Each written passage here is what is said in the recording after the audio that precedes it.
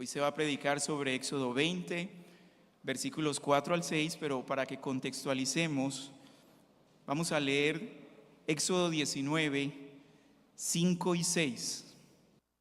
Éxodo capítulo 19, versículos 5 y 6.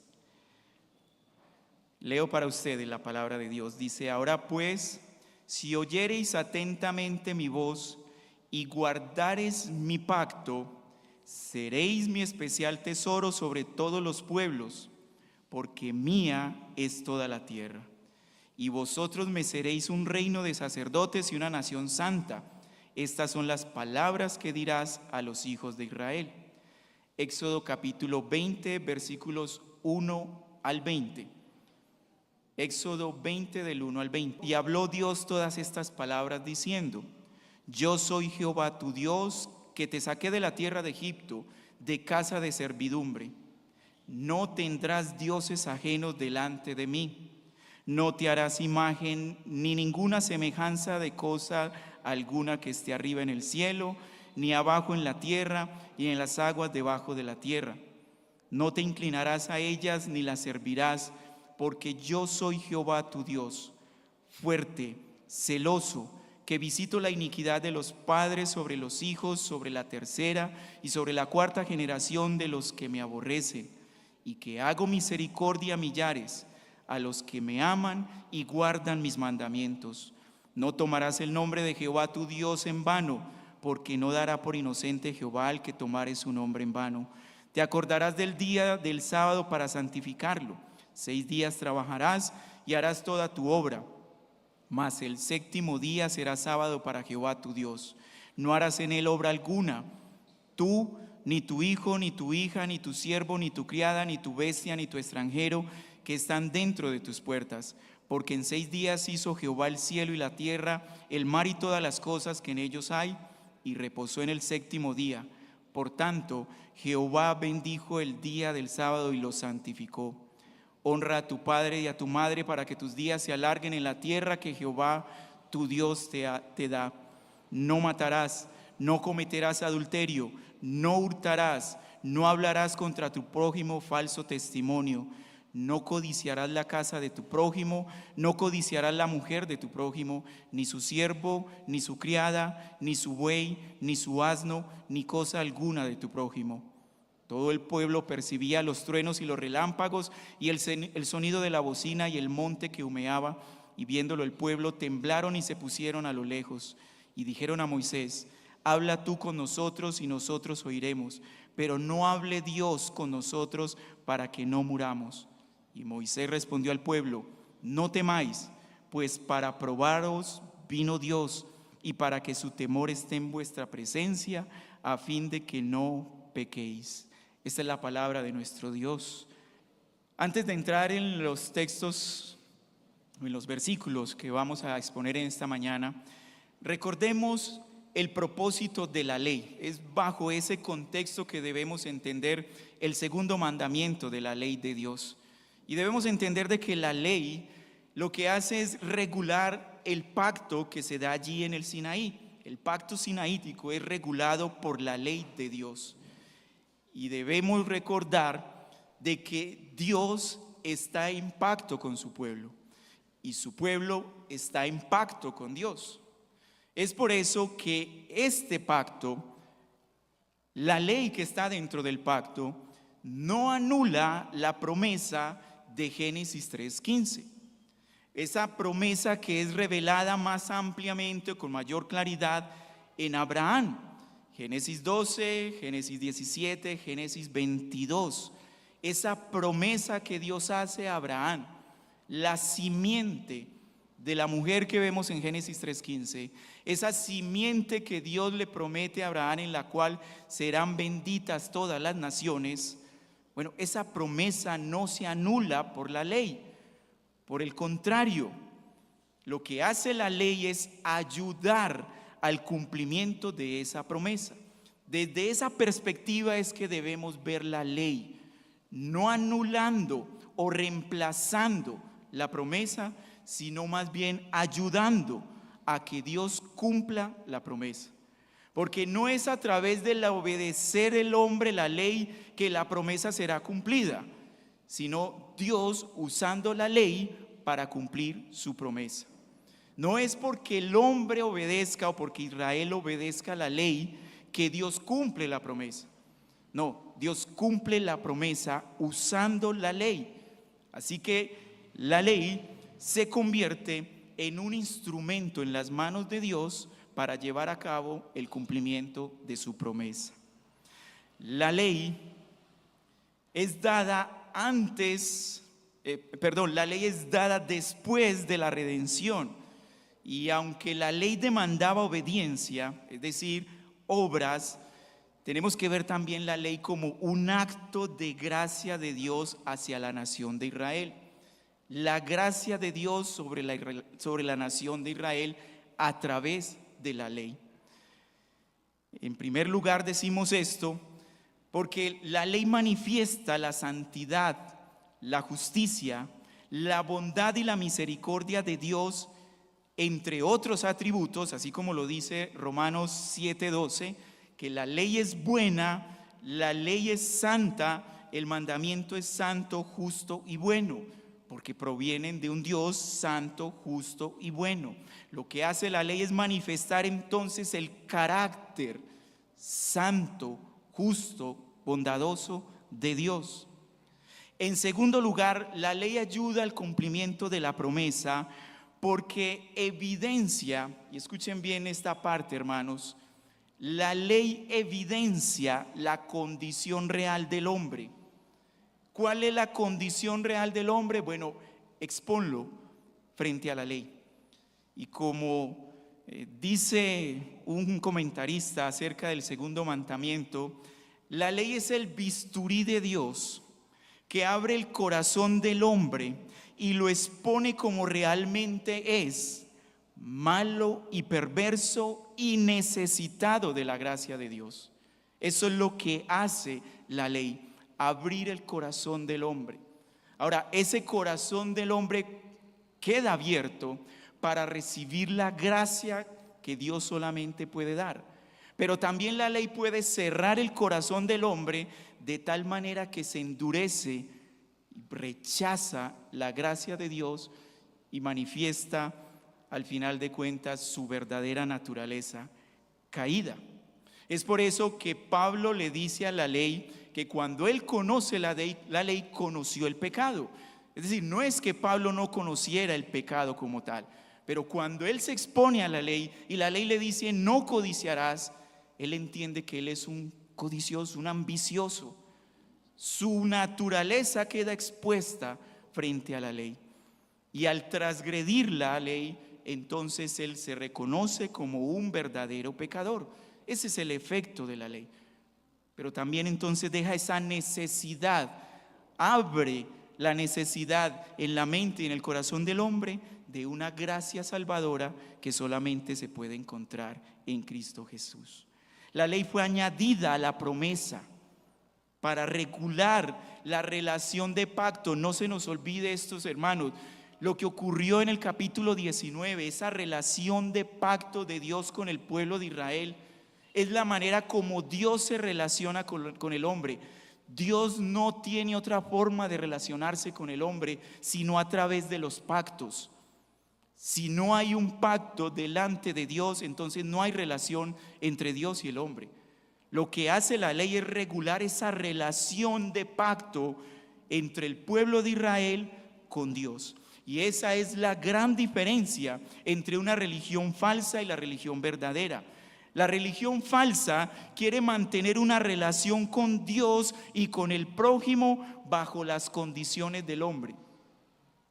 Una relación falsa, repito, quiere mantener una relación con Dios y con el prójimo bajo las condiciones del hombre.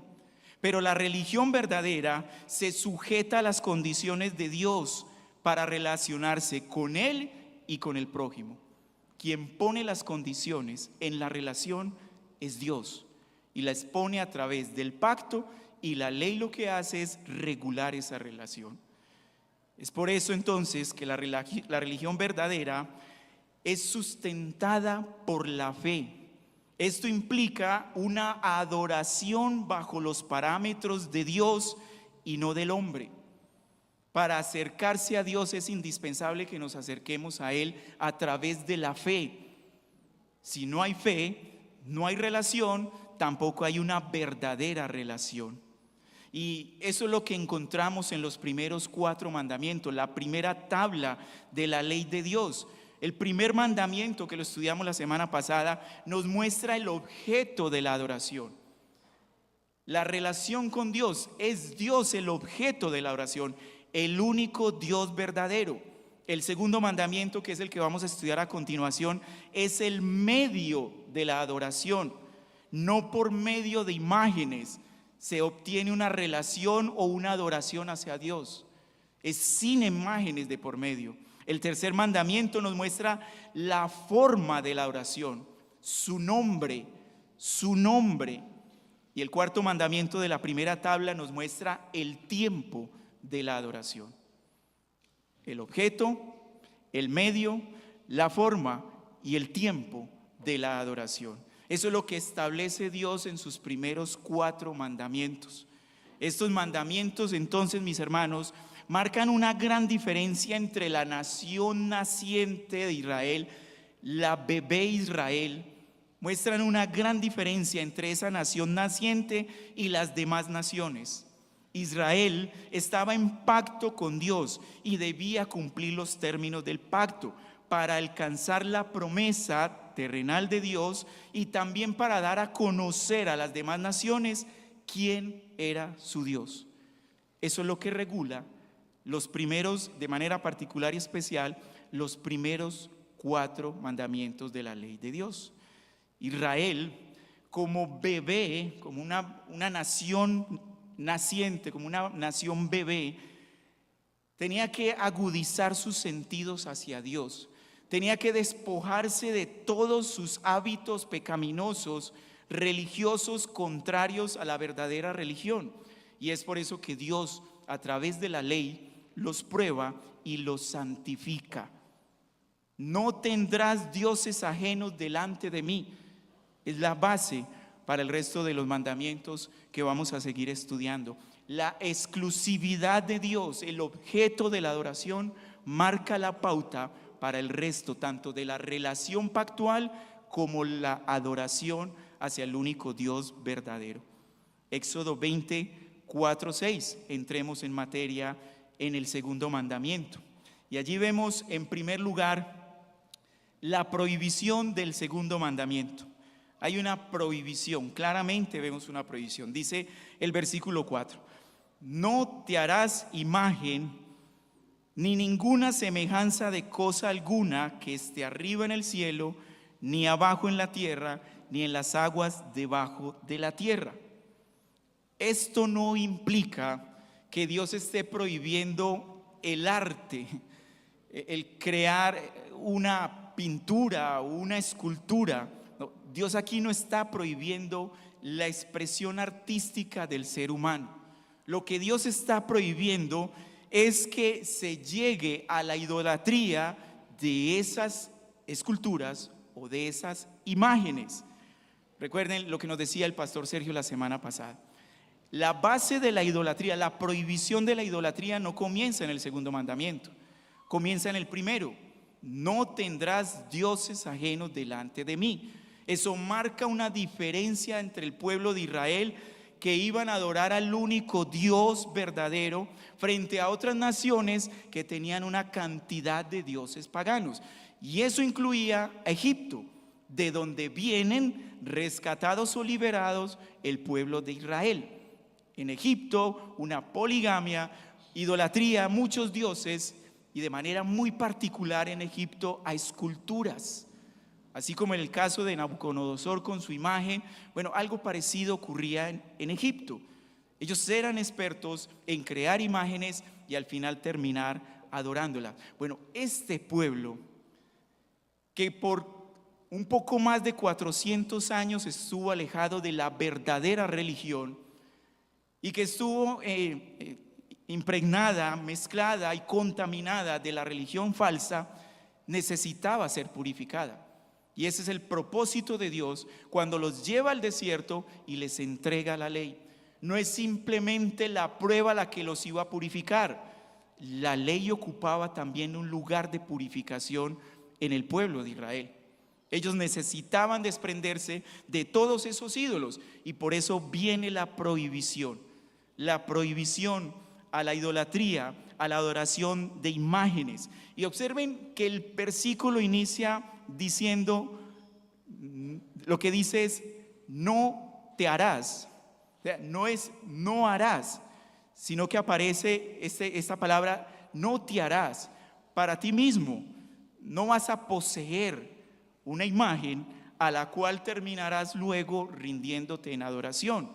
Ninguna imagen semejante de lo que está en el cielo, y esto implica a imaginarse en ángeles y luego traerlos a una imagen o una escultura, ni debajo de la tierra, ni a las aguas debajo de la tierra.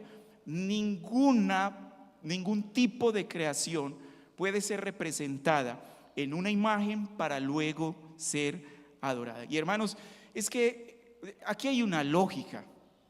El intentar comparar a Dios con la creación es una gran ofensa para Dios. Comparar al Creador con la creación, eso es ofensa para Dios. Y es por eso que en el versículo 5 continúa la prohibición. No te inclinarás a ellas ni las servirás. Es una ofensa pretender hacer una imagen de Dios que en su esencia es espíritu, pero que cuando avanzamos en el conocimiento de Dios, en la teología propia, y nos metemos a estudiar sus atributos, y sus atributos nos dicen que Él es todopoderoso, solamente imaginémonos poner en una imagen y representar en una imagen el todo poder de Dios. Solamente hagamos un ejercicio de pretender en una imagen, en una escultura que represente la eternidad de Dios, que represente su infinitud, que represente su santidad, que represente su justicia, que represente su poder creador, que represente su palabra, su poder manifestado a través de su palabra. ¿Qué imagen puede representar esos atributos de Dios? Y no menciono más por temas de tiempo, pero coge cualquier atributo de Dios y pretende representarlo en una imagen. ¿No consideran, hermanos, de que eso es una grave ofensa ante Dios? Comparar al Creador con la creación es una ofensa para el Creador. El segundo mandamiento, va directamente a la intención del corazón. Lo que prohíbe en este mandamiento es una intención de minimizar, y escucha bien, de manipular a Dios. Tú puedes crear un ídolo, una imagen que supuestamente representa a Dios, pero al final lo que estás haciendo es minimizarlo. No, hermanos, el Dios, nuestro Dios, el Dios de Israel, el Dios de las Escrituras es un Dios magnífico, grande, todopoderoso, todo suficiente, y es un Dios que no se puede manipular. Los ídolos se pueden manipular, pero Dios nunca podrá ser manipulado. Ahí es donde está la esencia, el corazón de este mandamiento.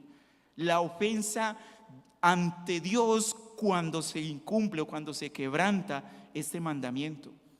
Se está minimizando a Dios, se está pretendiendo manipular a Dios.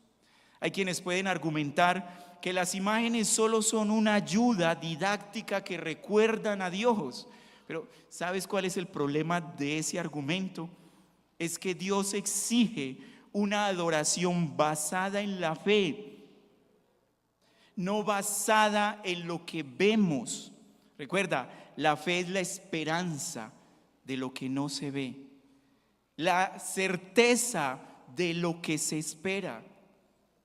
no lo vemos.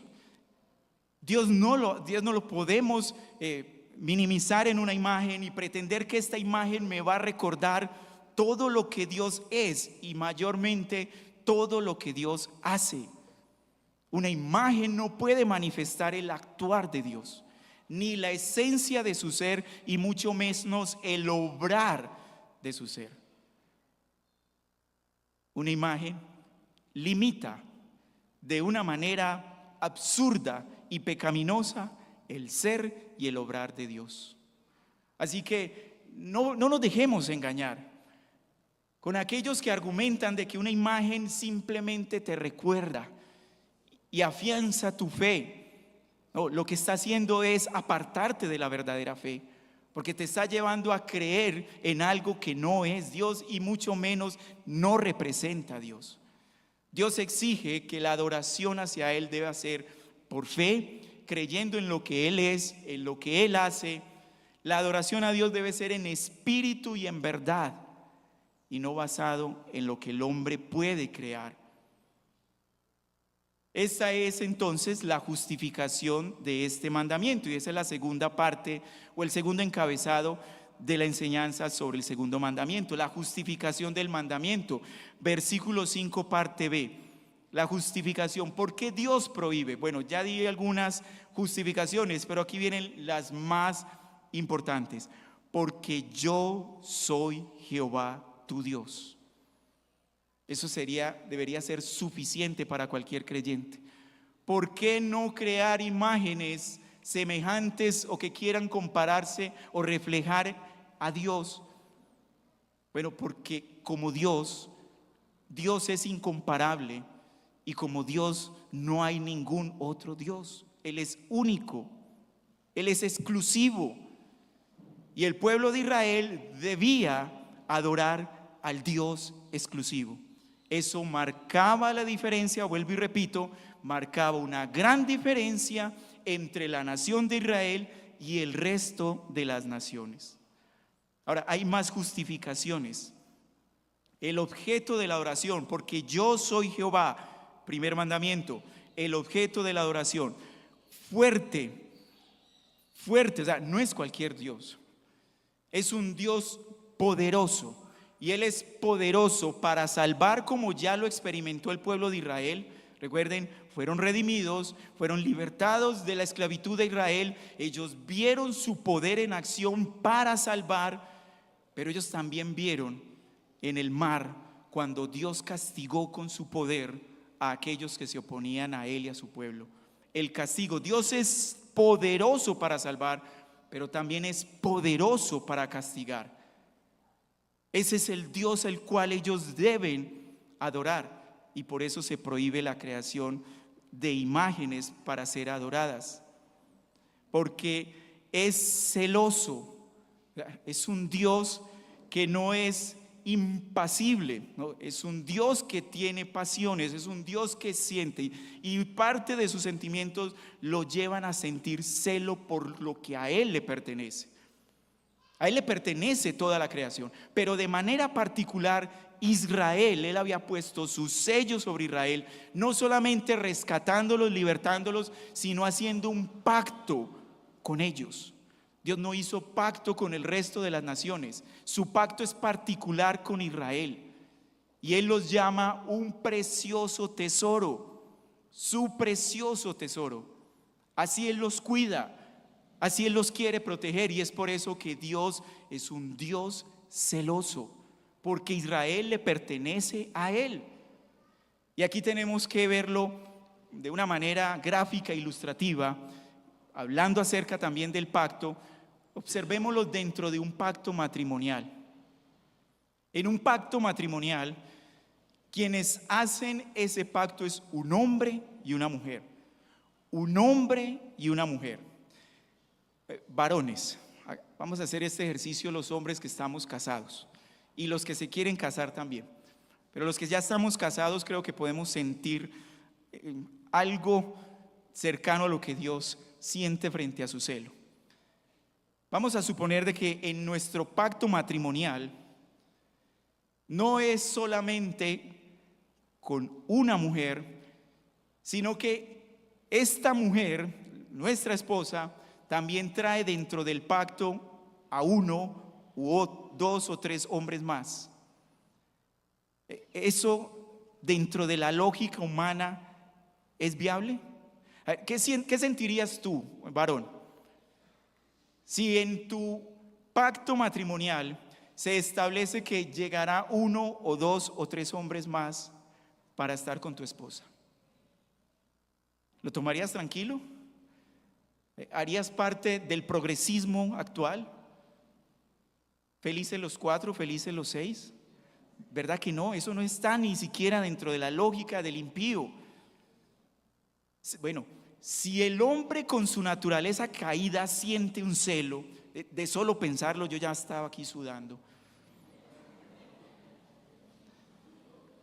Si dentro de nuestra naturaleza limitada, impura, tenemos ese sentimiento, ¿cuánto más en Dios? En Dios.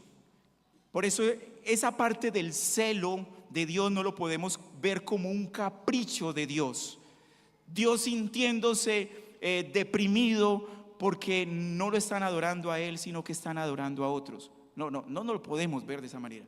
Lo tenemos que ver de una manera, es de un celo santo, un celo de Dios, porque ese es su especial tesoro. Así lo llama Él a Israel, su especial tesoro. Y como especial tesoro, Dios no quiere perder su tesoro. Él lo quiere cuidar, y por eso hay un celo protector para ese pueblo. Y ese pueblo debe con Él sentir lo mismo. Solo a Él la adoración, a nadie más. Dios no solamente siente celo porque considera a Israel como su especial tesoro, sino porque Él es el creador, pero también es el redentor de ese pueblo que Él llama su especial tesoro. Por derecho propio, Israel le pertenece, no solamente como su creador, sino mayor aún como su redentor y salvador. Es por eso que Dios les dice: no te harás imagen, no te inclinarás delante de ella ni le servirás, porque yo soy el único Dios verdadero, el Dios que te creó, el Dios que te rescató, y solo yo merezco la adoración de parte tuya, porque soy fuerte para salvar y castigar, y soy celoso porque los veo como mi especial tesoro. Y tengan la plena seguridad, mis hermanos, que cuando Dios ve algo como su especial tesoro, lo protegerá con toda su fuerza, con todo su poder, y lo cuidará hasta el final del tiempo. En tercer lugar, vemos las advertencias de este mandato. Este mandato tiene unas advertencias, y lo primero que vemos en el versículo 5, parte C, es un castigo generacional. Vemos aquí la gravedad de transgredir este mandamiento. Dice la Escritura que visito la iniquidad de los padres sobre los hijos, sobre la tercera y sobre la cuarta generación de los que me aborrecen. Hay un castigo generacional. Es tan grave este pecado delante de los ojos de Dios. Y yo los invito, no me alcanza el tiempo para revisar todos los textos, pero la cantidad de textos que vemos en la Escritura donde Dios condena y castiga al que quebranta su segundo mandamiento, creando imágenes y adorándolas, las consecuencias son fatales. Es la ira de Dios, recuerden, es un Dios celoso. Y Él quitará todo aquello que esté quitando la honra y la gloria que solo a Él le pertenece. Él castigará y quitará. Él purgará al pueblo, como hizo con Israel. Israel fue purgado en el desierto y usó la ley para ese propósito, porque Él se presenta para sí mismo un pueblo santo. Es por eso que muchos murieron en el desierto durante 40 años. Un trayecto que Israel podía hacer en 40 días, termina haciéndolo en 40 años, y el propósito es porque Dios estaba purificando a su pueblo. Las consecuencias las vemos a través de esas generaciones. Aquellos que fueron idólatras, aquellos que se levantaron en contra de Dios, quebrantando, transgrediendo su segundo mandamiento, fueron castigados, y no solamente ellos, sino sus generaciones. Hermanos, aquí hay que prestarle atención, porque muchas veces no somos conscientes de nuestras acciones, de nuestros actos, tanto pecaminosos como piadosos, y no evaluamos las consecuencias que tienen, no solamente en la inmediatez, sino también hacia futuro. ¿Qué le estamos enseñando a nuestros hijos? ¿Qué le estamos enseñando a nuestra generación siguiente? ¿A que sean idólatras? ¿O que se enfoquen en el único Dios verdadero? Y de enseñarles a ellos a que enseñen a sus generaciones siguientes, nuestros nietos, nuestros tataranietos. Bueno, si les enseñamos la palabra de Dios, el temor de Dios, eso quedará grabado en el corazón de ellos. Pero si les enseñamos idolatría, si les enseñamos a desviar nuestro corazón y nuestra atención hacia cualquier ídolo, entonces nuestros hijos repetirán lo mismo y le enseñarán lo mismo, y esto se repetirá y se repetirá. Y lo único que vendrá, tanto sobre aquellos que lo enseñan como sobre sus generaciones, es el castigo de Dios. Miren que Dios en esta porción de la Escritura compara la idolatría con el aborrecimiento hacia Él. Miren al final del texto del versículo 5: los que me aborrecen. El que es idólatra aborrece a Dios.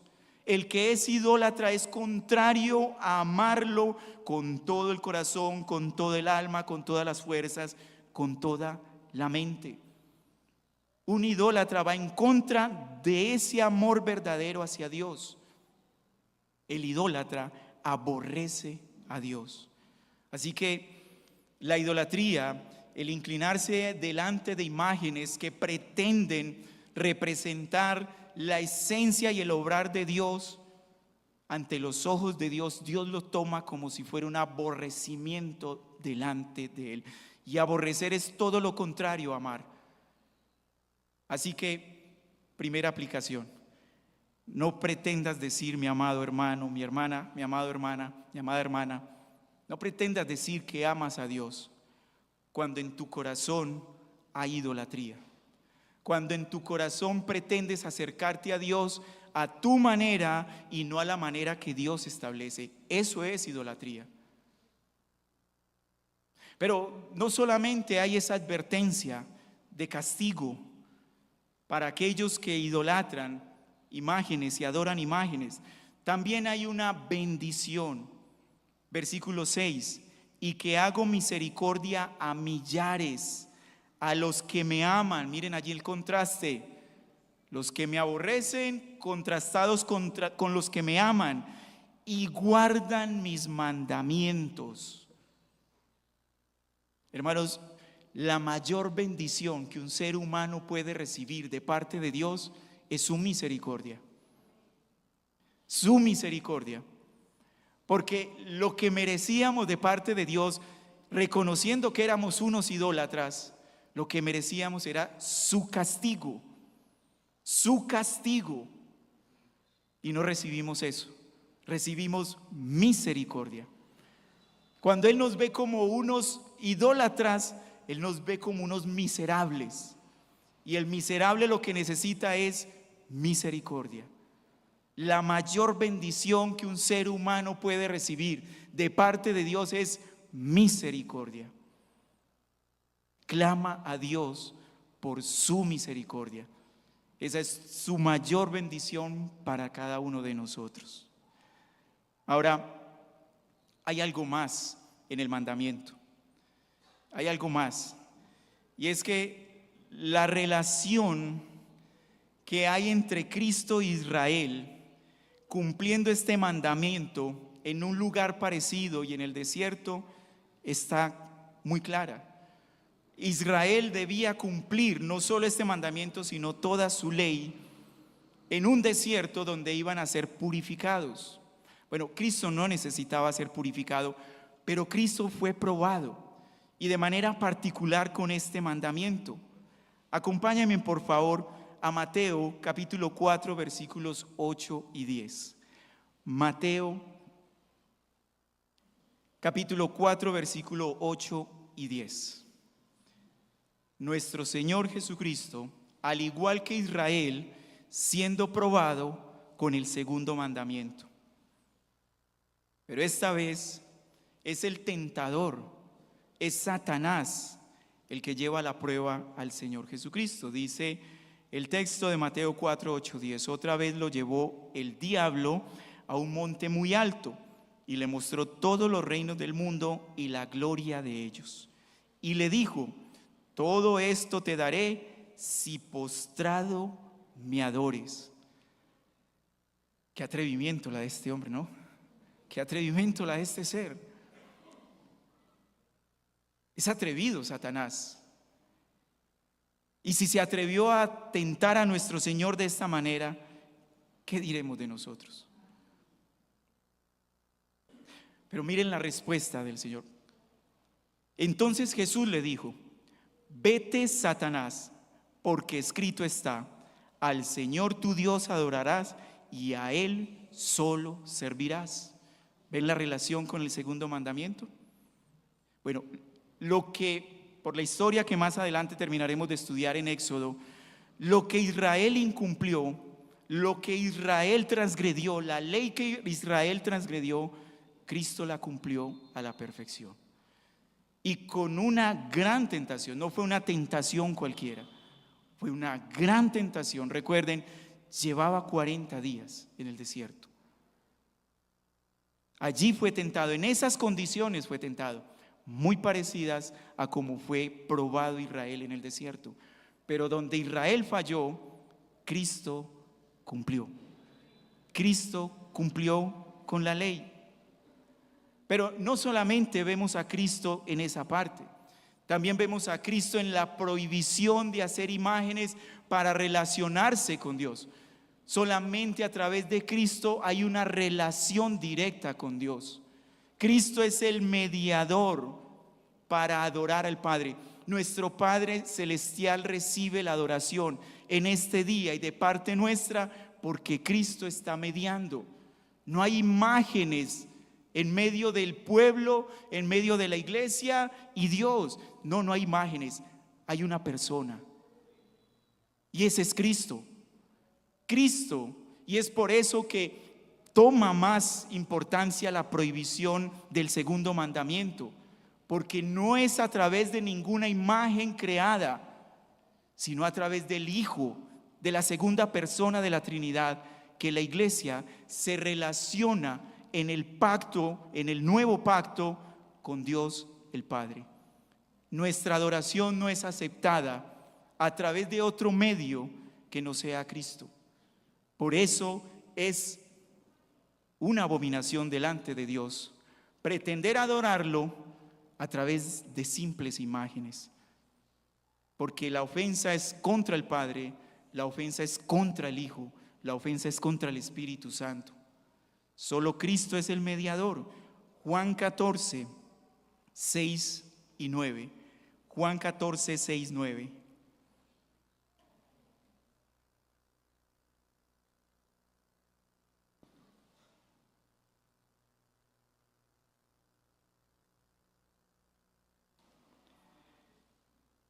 Está allí Tomás, leamos desde el 5. Le dijo Tomás: Señor, no sabemos dónde vas, ¿cómo pues podemos saber el camino? Versículo 6, Jesús le dijo: yo soy el camino y la verdad y la vida. Nadie viene al Padre sino por mí. Si me conoceres, también conocerías al Padre, y desde ahora lo conocéis y lo habéis visto. Miren la pregunta de Felipe. Dijo Felipe: Señor, muéstranos al Padre y nos basta. queremos ver al Padre. Hay un deseo natural en el ser humano y más en los elegidos. Hay un deseo natural de ver al Padre, pero no es a través de nuestros medios, no es haciéndonos una imagen de Él. No, hay una forma de ver al Padre y la forma correcta es Jesucristo. Versículo 9, Jesús le dijo: ¿tanto tiempo hace que estoy con vosotros y no me has conocido? Felipe, el que me ha visto a mí, ha visto al Padre. ¿Cómo pues dices tú, muéstranos al Padre?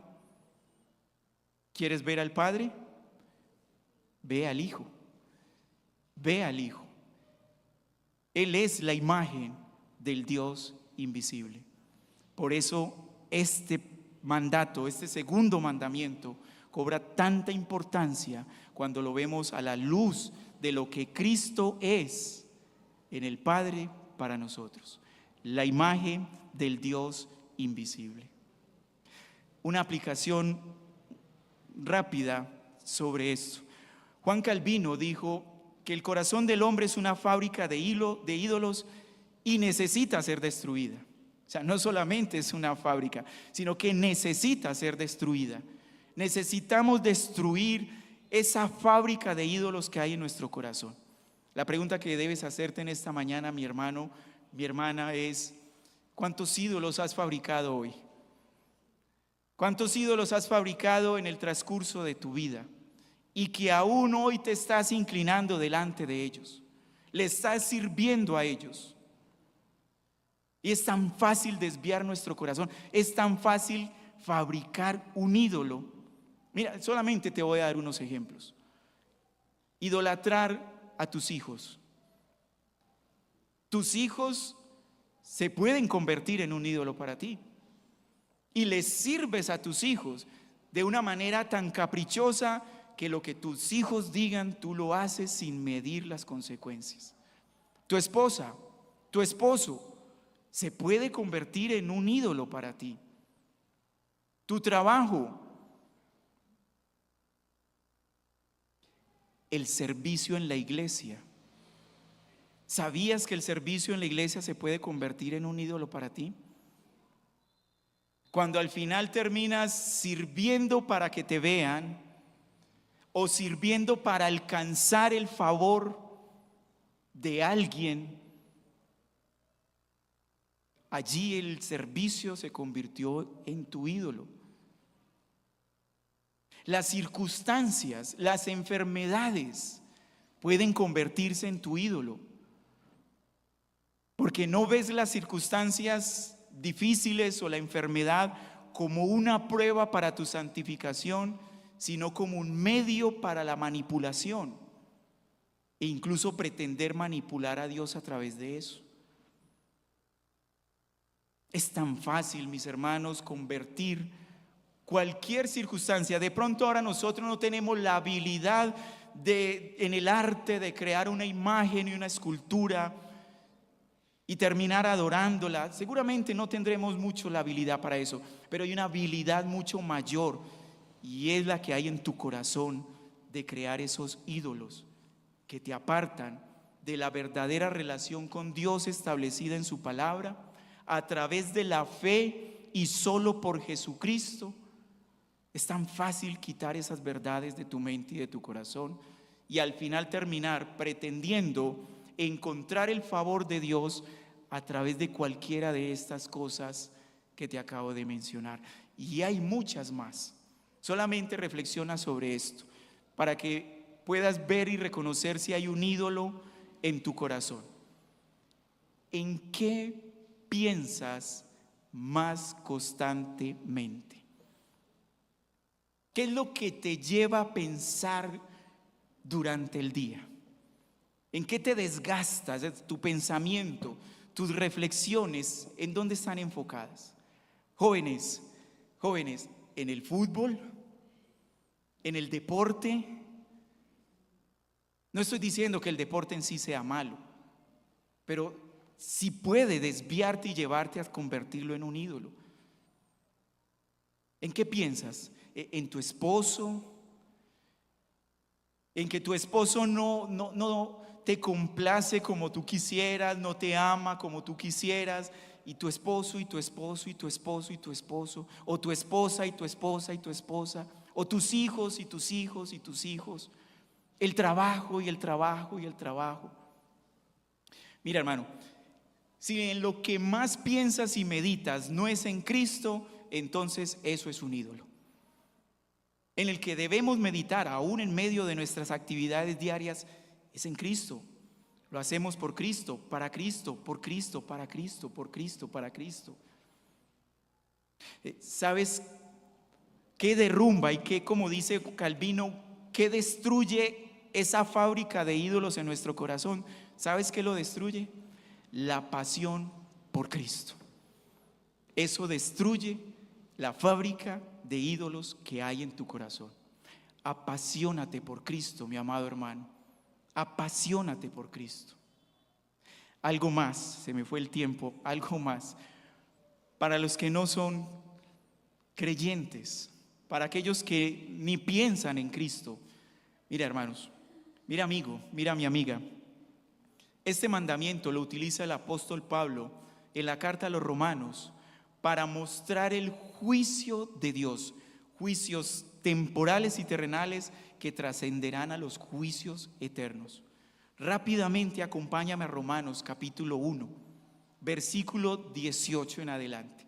Y mira cómo el apóstol toma este mandamiento para mostrar no solamente lo que hay en el corazón del hombre, sino el juicio de Dios, del Dios celoso. Dice, porque la ira de Dios se revela desde el cielo contra toda impiedad e injusticia de los hombres, los cuales detienen la verdad con injusticia. Porque lo que de Dios se conoce les es manifiesto, porque Dios se lo manifestó. Porque las cosas invisibles de Él, su eterno poder y divinidad, se ven claramente desde la creación del mundo, siendo entendidas por las cosas que son hechas, de modo que son inexcusables.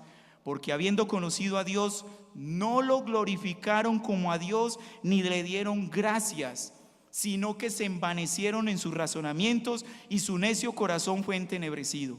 Afirmando ser sabios, se hicieron necios. Y miren aquí el segundo mandamiento quebrantado. Y cambiaron la gloria del Dios incorruptible en semejanza de imagen, de hombre corruptible y de aves y de cuadrúpedos y de reptiles.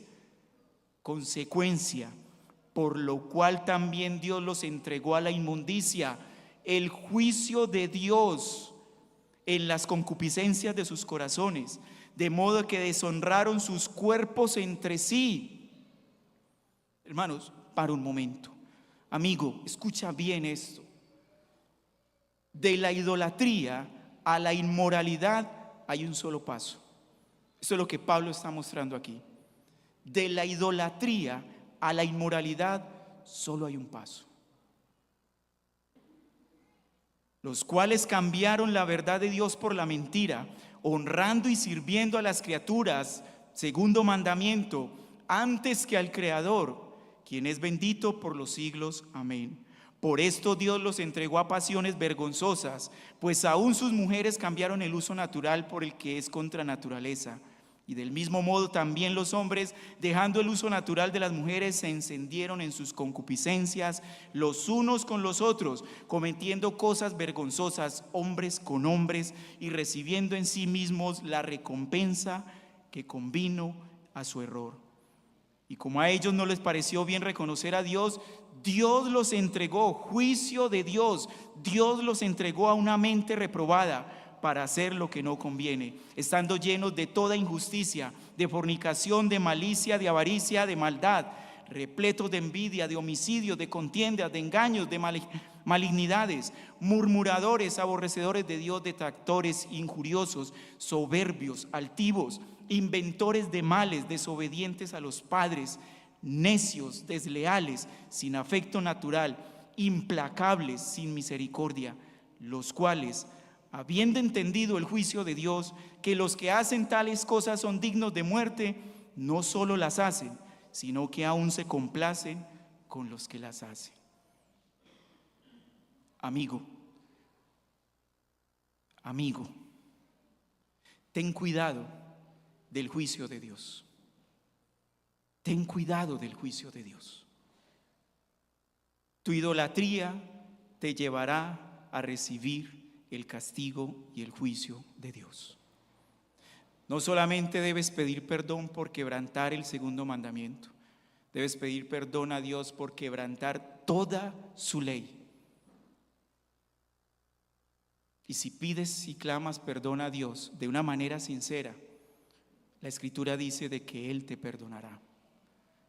Ven a Cristo hoy, deja de ser un idólatra y adora al único Dios verdadero, al Dios de la Sagrada Escritura, al Dios creador, al Dios salvador.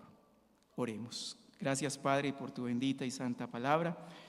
Gracias por este mandamiento que nos lleva a reflexionar